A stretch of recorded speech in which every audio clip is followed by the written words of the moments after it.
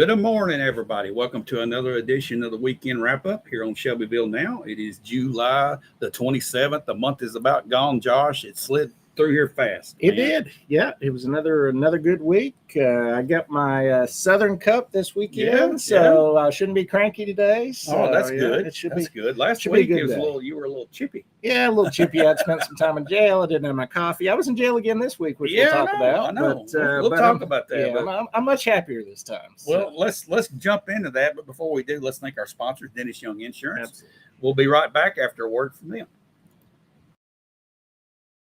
With the personalized service you deserve at Dennis Young Insurance Agency. As a local independent agency, we offer coverage from several different companies, including Erie. So whether it's auto, home, life, personal, or business, we can find the right coverage to meet your unique insurance needs. And with a rate lock advantage, your rates won't go up as long as you do not change drivers, autos, or addresses. Contact us at Dennis Young Insurance Agency, insuring Shelbyville and surrounding areas since 1988. Welcome back in here to the Weekend Wrap-Up. I'm David Thomas. This is Mr. Josh Blevins. I didn't introduce ourselves. I assume everybody knows who we are, but you never know. There might be some new folks watching. We appreciate you tuning in this morning. And Josh, we talked last week toward the end of the show that this week was going to slow down. But I get this review sheet that you have here, and I'm going, wow, there's a lot still happening this week. A lot still happened, even though it should have been a slower week. We'll start right off the bat with Monday. Monday evening, I went back to jail again for the evening. A couple hours there. Want to give a thanks to Lieutenant Cook. He invited me in to spend the evening at their MRT program. Right. So what is the MRT program, Josh? MRT program, I should have written that down. I think it's Moral Recognition Therapy is what it stands for. And don't ask me for definitions and all that. Okay. But it is it's a step program that deals with addiction that they do inside the jail.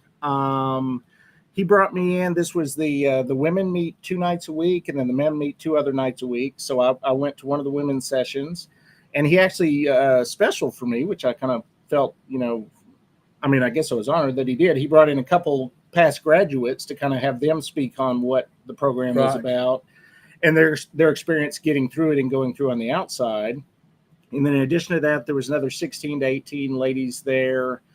Some of them had graduated, not finished their sentences, and the rest of them were actually at different steps in the program, trying to go through the program, to graduate and then, move on with their lives eventually. So the big key is it's an addiction program. It's I asked, for a show of hands. He let me ask questions. I asked a bunch of questions of all the ladies there.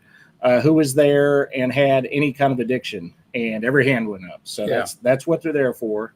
There's a lot of talk about what leads to addiction, and the key component there that they've recognized as part of what they do with their program and try to treat is trauma. You don't just go out one day and say, man, I'd like to be a fentanyl addict. Something happened in your life that triggered this addiction. And for most of the women in there, that a couple of them actually gave their stories, which was, it was amazing stories. But it's a lot of, it's just sad situations. It's women that as children were sexually abused, were physically abused. They had a partner that abused them later in life, stuff like that. And they didn't get the treatment that they needed at the time. Society failed them. And it led to addiction down the road. And the addiction led to criminal charges, which now has them in the Bedford County Jail. Overall, it looks like a great program. It looked like, to the last one of them, everyone that I asked said that they were happy with the program. They were happy with the conditions. A number of them had actually been in other county jails and requested to come to our jail just for this particular program. So sounds like a good thing. Yeah, it's a good thing. Lieutenant Cook's doing a great thing there. Again, there were 2 ladies there that had gone through the program. One of them was one of his very first graduates from 2022. And they're living, they're out in society. They're living productive lives. They don't have, they're not fighting the addiction issues anymore. They've moved on. Most of them there had kids on the outside. Wow. So a lot of them had issues with, they broken family relationships. And some of the ones that have gone through and graduated have been able to reconnect with their kids after they got out. And it was just a really good thing. There, in addition to the MRT, which was part of some of the questions that we had the previous week, it's not just MRT that they're offering at our jail. We have 10 programs for the men and 14 options for the women. The problem that we've got in there right now is if you're not in the program pod, which is, the groups where they have them segregated within the jail in the separate pods, you can't get in any of these programs except for the GED program. So if you've already got a high school diploma or a GED and you're not in the program pod, you can't get any of this help on any of the other stuff right now. Okay, so how do you get to those pods? Well, what they need in the jail and what Lieutenant Cook said they need is a case manager. They need somebody when everybody comes in and gets a sentence that they can sit down with them, talk with them, and figure out what kind of help they need, what brought them there.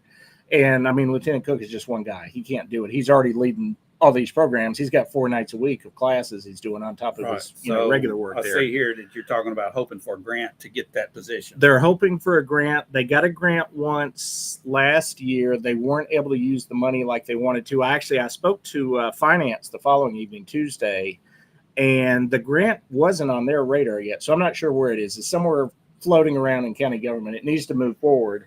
Yeah. But with that grant, they hope to be able to get somebody in there that can meet with each of the inmates on a one-on-one basis and plug them into these different programs in the jail. Okay. Because all of these people, this is county jail. This isn't state or federal. Everybody coming in here is going to be out in society again at some point. And most of them in a fairly short amount of time. In Bedford County. In Bedford County, within months or, at most a year or two. I don't know how much time you can spend in county jail. I wouldn't think more than a couple of years. So if we're not doing something while they're in there to better them, to educate them, to, some kind of treatment, they're just going to get right back out to do the exact same thing again. So that's the hope, is that they can get some more money. And as we were leaving, there was a group from Gateway Church coming in, and they were actually getting ready to do a church service with some of the same ladies that were in the MRT program.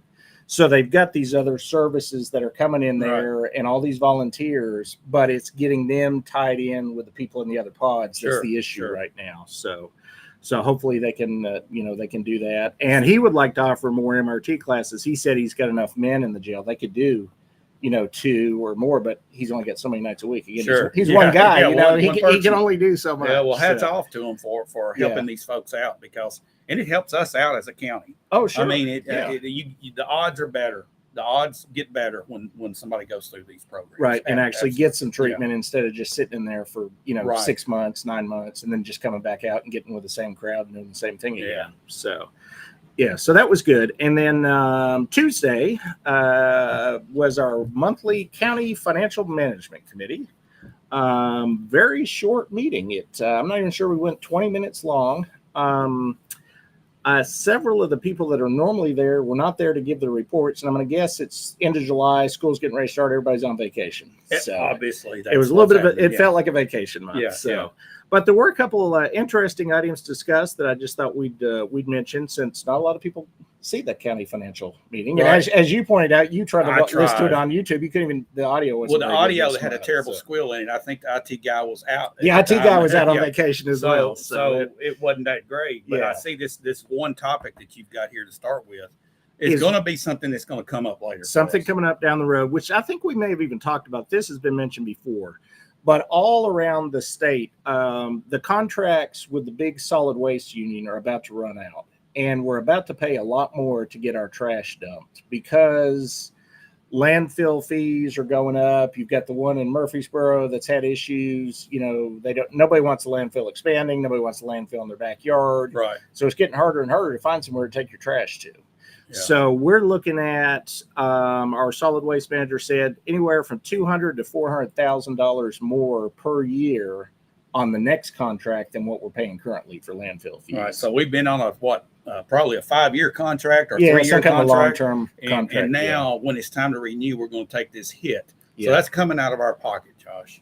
It will come out of our pocket. That'll be taxpayer money at some point. Yeah, the contract runs out in March. They build enough into this year's budget. Our budget runs through June, to make sure that they can cover whatever it was. But that next budget starting July of next year, it's going to cost us some money. Yeah. And money generally could lead to taxes if they can't find it somewhere else. Well, we don't do a good job of managing. It definitely would. It would definitely lead to taxes. So just something to be aware of and on the lookout for. And it's not just at the county level. The city, Right. I think, is with the same group. Situation. So when the city budget comes up next year, they're going to have the same issue. They're going to pay more to honestly, dump the city generates more trash than the county overall does. Yeah, you got of more course, people you have in. the convenience centers in the county that people go and dump, and that's Right. that's centrally located. And then you've got the service of picking up in the city. Yep. And then you just think about what the city produces. The population is concentrated here. We got a lot of trash. There's a lot of trash. There's a trash. lot of trash. So, and trash is about to cost us. So just Yeah, be on the boy. lookout. By next year, we're going to be paying a lot more for trash.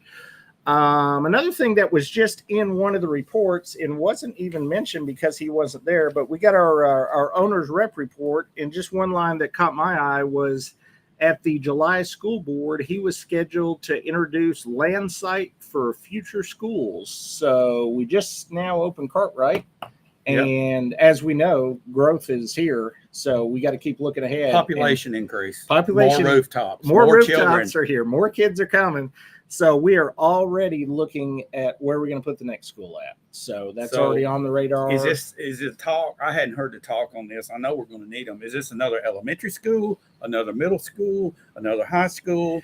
I didn't go to that school board meeting, so I don't know. I would think, honestly, I don't know. I don't know where our next issue is at. I mean, probably all of the above. We probably almost could use one of all three. Right. But I don't know if we've got maybe some room for expansion at some of the high schools. Well, I know Liberty has property they could build a high school on out south of town. So that's been talked of. And of course, they've got the expansion going on now, which there's honestly the southwest corner side of our city, Shelbyville, and outward has experienced a lot of increase in population, almost as much as north and west of town. So right. Yeah. You look at that growth out there as far as students, and Liberty, of course, was in the big bundle that we had, and you've got that going on. And there's talk of a high school out there that would make our fourth high school. Yeah. Yeah, so that may be it. They may be looking at that high school. Again, they didn't mention specifically what school they were talking about, but it is already on the radar, and they're already looking at land for the next round of whatever school that we build. So, in addition to that, at that meeting, they did go over the year-end financials, which we had those a week or two ago that we got from the trustee's office. But just wanted to re-hit on one of those again that we've talked about, our 151 debt service fund, which is the one that's been all in the news as we continue to sue ourselves with lawyers on both sides. But year-end numbers, which were oddly enough, same as the trustees' numbers that we got, which is good. It's good the numbers matched. We had $20.5 million in revenue went into that account. $14.5 million of that was tax revenue. And then the remaining almost $6 million was interest income we got because interest rates have been up and we got a lot of money in the bank. So we got over $40 million, don't well, we got over $40 million just in that account, but I think our last bank balance was well over $100 million in the bank total between all our accounts. Right. So that's generating some income right now in interest. Man, that should save us some tax money somewhere. You would feel like it should save us some tax money somewhere, but so far I haven't felt that feeling. So, and so with that $20.5 million, it only cost us $8 million to service our debt last year. So again, as we mentioned a week or two ago, we had a $12.5 million surplus in that particular account for the year. So, last thing at that meeting, and it was right at the end, there was a new state law passed. Let me see where my paperwork is at. Paperwork came in from CTAS, and the county now has the option, not the requirement, that's very clear, the option to adopt a resolution where they will pay an incentive to our 18 county commissioners of $600 each if they complete their training that they're supposed to be doing anyways. I got an idea on this, and this is an option, so we're going to do that. We're talking about it. I mean, we haven't voted to decide whether we're going to do it. If we vote to do that, Josh, I've got another idea. Okay. If you don't do it, you pay $600 fine. Oh, Well, no, that's not a What bad about idea. That's not a bad idea. So, I mean, you're kind of paying a $600 fine, but not getting your incentive. But Well, that's true. But if you really don't your do it, you need to pay $1,200 somebody bill. else. Yeah, Pay somebody okay. else's incentive. So, you know? so I don't know for sure if this will pass or not, but this is this is something that'll come up they deferred it till next month at finance. They're going to go ahead and write the resolution, and then our commission's going to vote on whether to pay themselves $600 each to do training that they're supposed to be doing anyways. Yeah, So, I was kind of making a joke there. I know I know like our commissioners don't make a lot of money. No, They're not there for the money. They're not there and our for the city money. council is not there to make money. I promise you. None of these, as you know, council and commissioners. This so is that not was a a full-time job. That was a Yes, job. This is not a full-time job. So, but it'll be interesting to see if they feel like they deserve $600 each for doing their training or not. So we'll see how that goes in the next couple months. And that was kind of it at the finance meeting. It was, like I said, short, sweet meeting, less than 20 minutes. Not a lot of people there giving the report. So we'll have to go next month. Maybe it'll be a little more exciting next month. Got up the next morning and went over to West Jackson Street to borrow bullets. Burrow bullets. Burrow bullets. We got bullets in town now. Yeah. They've actually been in town for a few weeks, maybe in a few months. Yeah. Working on the building and even making bullets in there. Yeah. But we had the big ribbon cutting. Yeah, and you got a cap. I got this nifty hat at Burrow Bullets, and I got a bag of samples, which I was hoping for a bag of That's samples. impressive. They gave me a bag of samples. It was very nice of them. Man, I didn't get any samples, Josh. Well, you didn't come to the ribbon cutting. I know. So I know. So I got 250 samples of the 9mm variety. They seem very nice. Have you used? I've not used my samples yet, but I do You have. need to get to the range and try those. I have a little Glock that's sitting in the nightstand that will just be glad to test out some of these samples. So we'll get there. And awesome. Want to say thanks to the owners, Jason and Ray, for inviting all of us out there. And the city put on a nice spread of breakfast, ribbon coffee, cutting, the whole night. I'm going to put in a plug. Yeah. If you need 9mm rounds, and they're working on what, a 223? They're working on 223 right now. If you need those rounds for your support this local business. Absolutely, yeah. And there's 2 retail locations here right in the city. And just go on their website. They've got them all around. Is SLC selling those? SLC has them. TNT had them. Okay. And then somebody posted a comment and said it was Coffee or one of the counties had like 3 locations there. Good. I think you can get them up at the Armory in Murfreesboro there right off the interstate. Well, let's support this business. Yeah, they're local. They're right here in town. I might go get some today. Go get you some bullets. I might have to. Go get some bullets. So that was Wednesday morning. And then Thursday evening, my last big government meeting of the week was the City Planning Commission. Don't you just love government meetings? Oh, I love government meetings. This was a long meeting. We actually started at 5:30 because there was a little special meeting to lead into the main meeting, and got there about 7:30. So it was about 2 hours of planning excitement. And we covered a lot in that meeting, as you would in 2 hours, you would hope. Yeah. So right off the top of the main meeting, well, just briefly, I'll touch on it. The special meeting was about the townhomes on Horse Mountain Road. They're over behind the park over there. Right. They're just adding. What are we adding? We're adding buildings 5, 6, 7, 8, 9, and 10. So basically, they're just finishing out that development. Right. Okay. So I guess there's currently 4 or 5 buildings standing, and they're just adding the rest of the buildings, and then that one's going to be done. So that got approved unanimously, as you would expect. And that took all of 10 minutes. So we got into the main agenda, though, which took a whole lot longer. First up was the preserve at Lexington Cove PUD. So last month, it came before planning, and a lot of discussion. It was discussed for a very long time, and got down to the end, and they voted unanimously to send it with a favorable recommendation to the city council with only 1 member abstained. Right. So it was 8-1. It was, well, 8-0.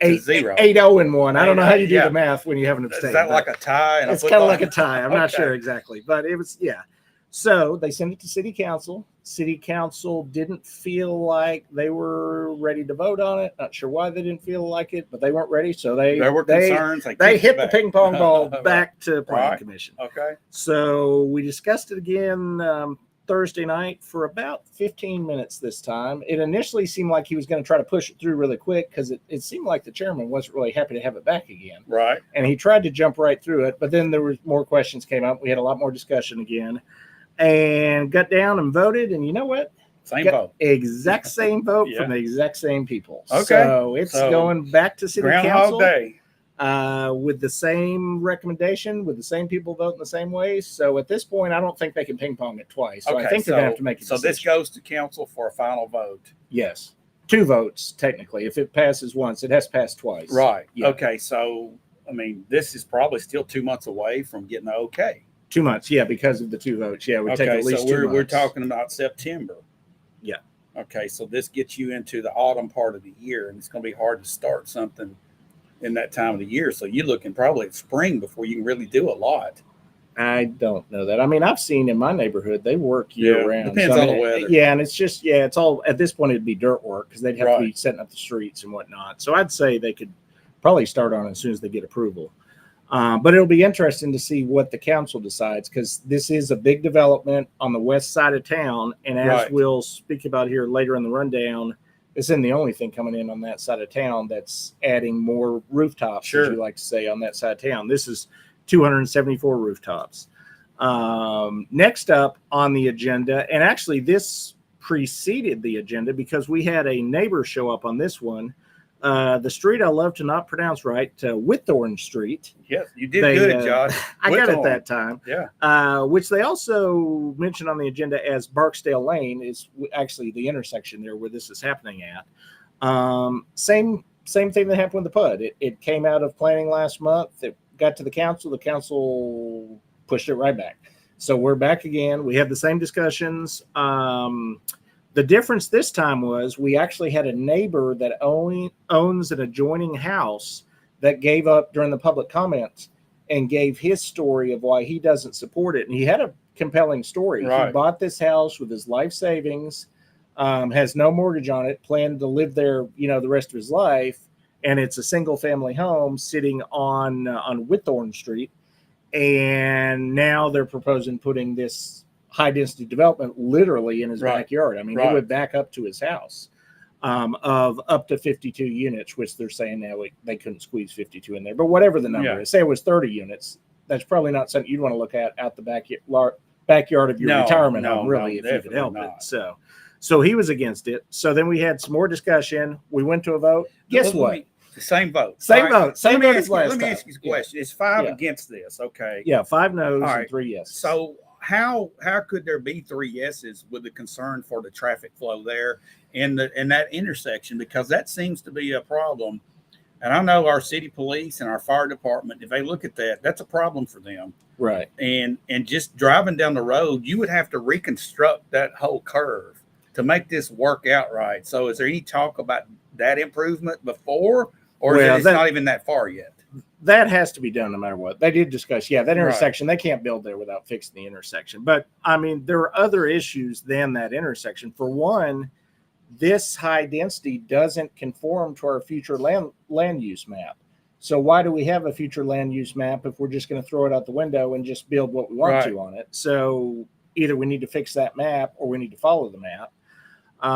And then if you ever listen to our police scanner, which is available on ShelbyvilleNow.com, you will hear Barksdale Lane mentioned all the time. Yes. 97 at Barksdale Lane. I just got to Barksdale Lane. I'm here for another call.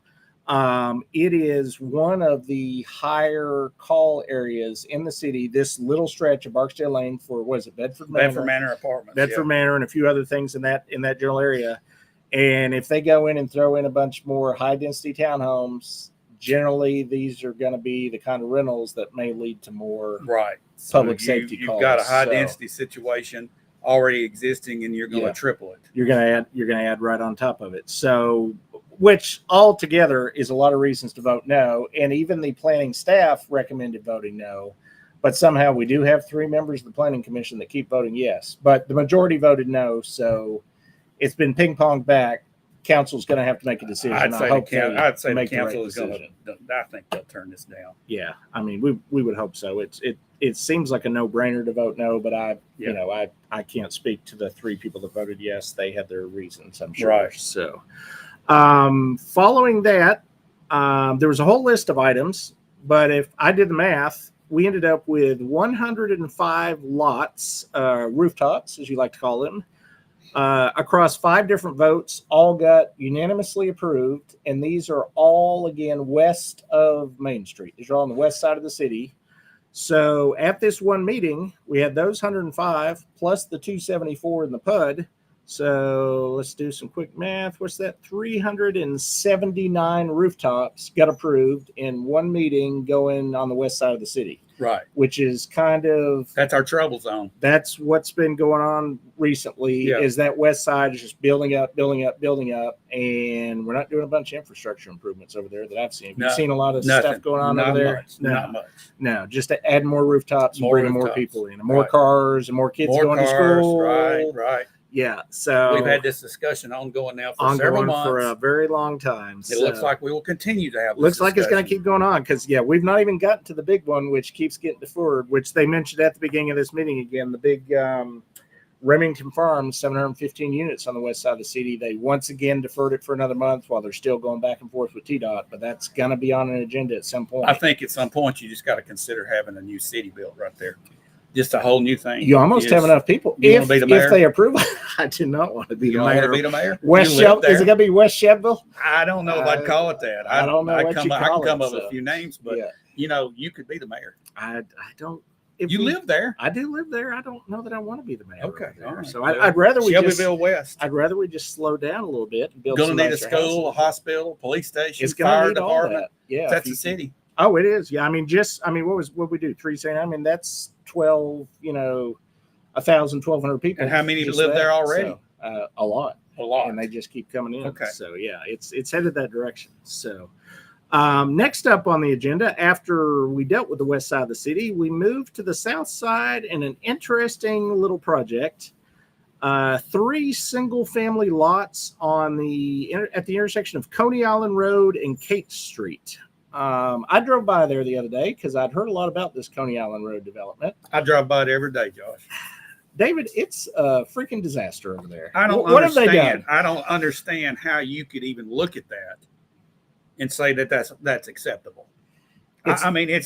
You are altering the flow of the river. Explain what they're doing for people that haven't been. You got a hole in the ground. Okay, they throw dirt on it and build a house on it. That's what they do. And all in a floodplain, all next to the river. Next to the riverbank that I've driven by for 20 years. And when it comes a good little flood, it's a lake. Yeah. So they're building houses where there will be a future lake. Now, you've got erosion issues for the people that build houses there. Right. Which I'm not buying a house there. I'm sorry, but I don't see how this could be even considered by planning. This is not planning. This is like. Well, and we talked before the show. So you had the river and you had this low spot. You filled this all in with dirt now. Push the water to the other side. All that water's got to go somewhere. It's either going to the other side of the river, or it's hitting more land downriver. Right. But the water isn't going away. We've just shifted where the river's flowing. And all these, they discussed it at the meeting, the actual houses that they just approved them to build, 3 more of them. Beachfront property. They have to be 1 foot above the 100-year floodplain. Yeah. I don't think the river is controlled by a little machine that says, "Oh, we've hit the 100-year floodplain. Let's stop." That's not a magical line. No, so I've seen water deep right there before. Yeah, I mean, and I'm not talking about just once. I'm talking about several times in the last 20 years. There's been water. You get Normandy Dam releasing water when it gets a massive flood in this area. They start releasing water as they can, and that fills up. Yeah. Okay, so you've got houses on the road, they're going to have erosion, but they're talking about dropping down a level and putting houses below them. These are behind the houses they just built. It's just, I don't get it. It didn't look like a good idea. I'm no river erosion planning expert, but just to my eyeballs driving by, it looked like, man, who thought this up? So, it's not good. Yeah. I mean, did we not have any other land in the city that wasn't in a floodplain? Obviously, this is the last strip of land we have. Last piece of land we got. So I don't know. I thought it a little suspect myself. And actually, it did garner 3 no votes. Mayor Carroll, Commissioner Moore, and Commissioner McGee voted no, but that wasn't enough to shut it down. It got 5 yes votes. Because of what this was, it's not a rezoning or anything. This won't even go to the council. This yes okay, vote so was enough. Steve Jordan asked a question here. Yeah. How are these projects on the river being approved? Are we looking at outside Bedford County for studies to how this will affect home ownership? honestly, I don't know that we'd have to have an outside study to figure out this water is going to wash things away if it's built there. I mean, I don't know. Yeah, there's codes that they're following. There's codes that are set up by the federal government, and then also local building codes, and they're our local they're building fitting codes, within the code, but I mean just barely. Again, a foot. You're a foot above what they're calling the. These the are bad lines, codes. so, I'm telling you. I personally would not buy there, and I bought on a hill on purpose. I saw one big flood in Nashville, and that was the only flood I ever wanted This to is see, an issue, okay? And Steve Jordan also posted a little earlier here. Check out the Facebook group, Concerned Citizens of Bedford County. This is the first I've heard of this Facebook group, but this might be a good place to go voice concerns concerning some of this stuff. Thanks for the Tennessee Department of Conservation Wetlands. He's talking about the studies. Right. I don't think anybody around here wants to get that study done on that piece of property. I don't see how it passes anything. Yeah. Again, I hope whoever buys the houses does the research and realizes. I mean, everybody wants waterfront property, but you don't want the water in your house. No. So, and then the last thing that they discussed at the end of the meeting was the growth committee meeting that we held back on July 8th, which that was the subcommittee of the Planning Commission that was going to get together and discuss the high density issues. We got growth all over the city. We had 2 meetings in February and April that were joint meetings between the city council, the planning commission. Shelbyville Power and Water came to at least the first, if not both of those. And as we know, we're bringing them rooftops, hand over fist in here. And at some point, if we don't slow it down and get a grasp on it, we're going to outgrow our infrastructure, whether we want to or not. So they discussed what we talked about at that meeting, which I went to that meeting. It was a long meeting, 2.5 hours, maybe 2 hours, 45 minutes, very long meeting. But part of what really a little bit upset me, and I don't get too upset, but man, it raised my blood boiled just a little bit. Yeah. As they were discussing this particular meeting, the item they said that they would like to bring to the Planning Commission next month didn't have anything to do with growth.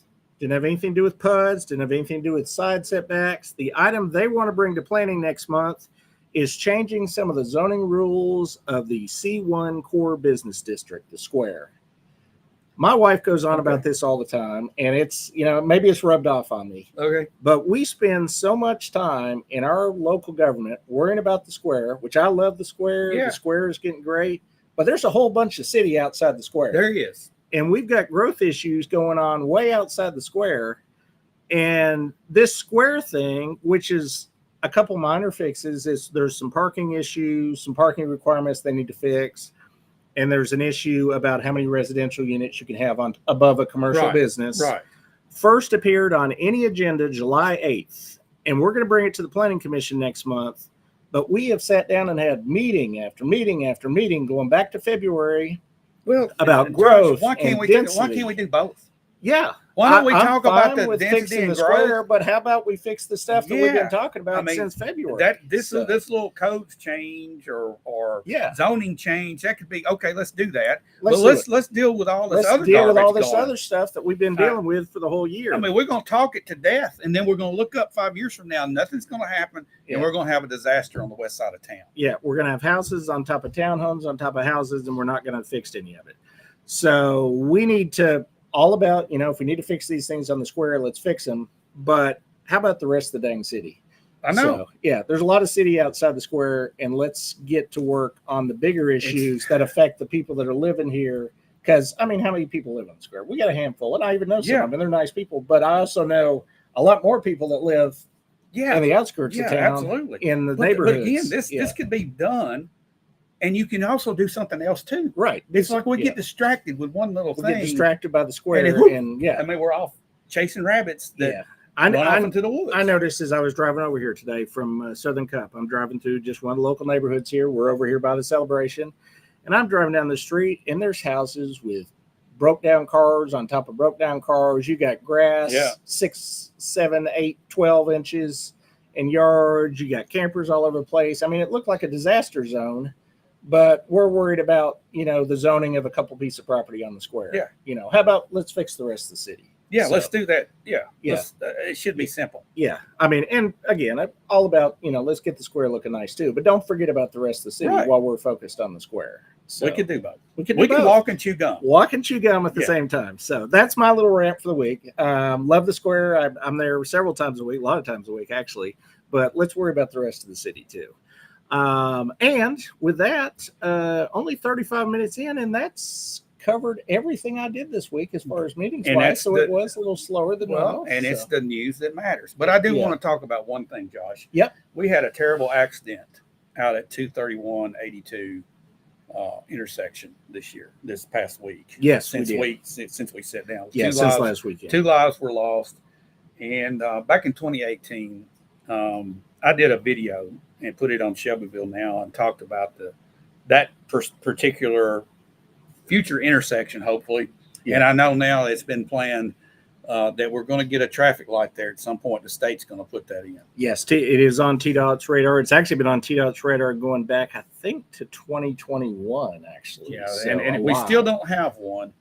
And it's urgent, in my opinion. You see, I knew this was going to happen. I felt it, and I know there's been some other terrible wrecks there over the past 10 years. And I think this, it's sad to see this happen, and yet we still drag our feet getting this traffic light put here. I would just appeal, nobody from the state's probably watching this, but I would just appeal that the state get this moving quickly. Yeah. So no more lives will be lost here. Yeah, absolutely. And they are saying, I did talk to our county roads director, which he doesn't have anything to do with it. It's not a county road, it's a state, but he has talked to TDOT. And work is scheduled to start, I think, as early as March of next year, unfortunately, and be finished and up and running by no later than June. But, obviously that's not soon enough for the 2 people that lost their life last week there. Sad. And just, devil's advocate a little bit, just what little bit I know about that particular wreck, what I've heard, both Facebook rumors, then actual good information that I've gotten from some people in law enforcement. It's one of those kind of wrecks that the light may or may not have helped. They distracted driver. It looked like there may have been some distracted driving involved. And that's another thing that just in general as a society we need to work on. We've got way too many people in their cars not paying attention. Driving down North Main Street, you better watch it. Yeah. Somebody be texting on their phone and run over you. Yeah, I don't know what our fine is for having your cell phone in your hand, but they need to about quadruple it because they need to get some people off. But I think having a traffic light there, Josh, even if you're a distracted driver and you know the lay of the land, a traffic light's coming up. Yeah, a light's coming up, and you may see stop traffic there. Right, Yeah, it definitely needs to be there. Yeah. And I just hope they get on that right away. Yeah. Absolutely. So. With that, I think we may hear from our sponsor one more time, and then we'll talk about what's coming up in the upcoming week. Yeah, let's hear from Dennis Young Insurance. We'll be right back. Yeah. With the personalized service you deserve at Dennis Young Insurance Agency. As a local independent agency, we offer coverage from several different companies, including Erie. So whether it's auto, home, life, personal, or business, we can find the right coverage to meet your unique insurance needs. And with a rate lock advantage, your rates won't go up as long as you do not change drivers, autos, or addresses. Contact us at Dennis Young Insurance Agency, insuring Shelbyville and surrounding areas since 1988. All right, welcome back to the weekend wrap up. And Josh, thanks for covering all the news that matters for the past week. What do we got coming up this coming week?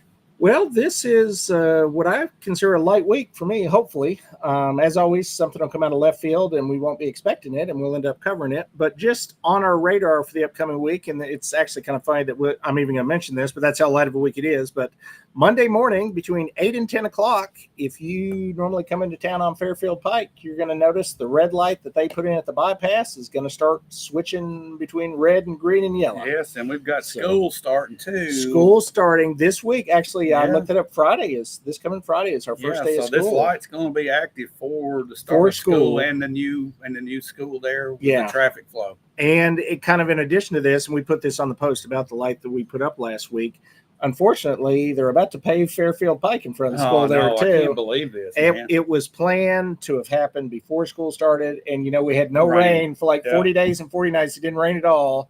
And then as soon as it was time to repave it, we've had rain for like 2 weeks straight. So maybe they'll get in there and do this at night so they won't disrupt traffic. I'm going to say the chances of that are next to none, but I don't know. Yeah. It's always, our timing is always super bad on this stuff. Yeah. The timing couldn't be worse, but it needs to be repaved there. So they are going to pave from Fairfield all the way down to whatever that cross street is there, where Fairfield turns off to the right. They're close to the Walgreens and the Kroger and stuff. So that whole big stretch of Fairfield will get repaved. So that's good. Just the timing, not so good. No. And then as far as actual meetings this week, the only one I've got on the city or county schedule is Tuesday evening at 5:00 will be our city study session at the old Chamber of Commerce building across from the dinner table. And they'll be discussing, again, kind of like Groundhog Day, this PUD behind Piggly Wiggly, Preserve at Lexington Cove. And then this rezoning over there by Barksdale Lane, they ping-ponged it back once. I don't think you're allowed to push it back twice. I think surely there's some kind of rule against that. So I think they're going to have to actually vote on both of those items.